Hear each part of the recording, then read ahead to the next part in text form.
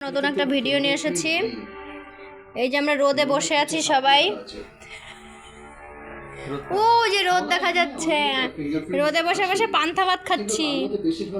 কে কে খাও আমার মতন এই ঠান্ডা রোদে বসে বসে পান্তা ভাত?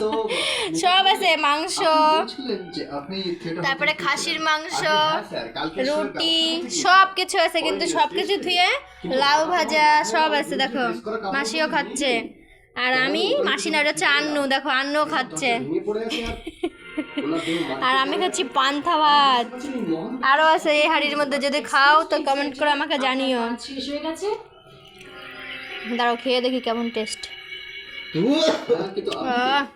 দারুণ, একটু লবণ লাগবে।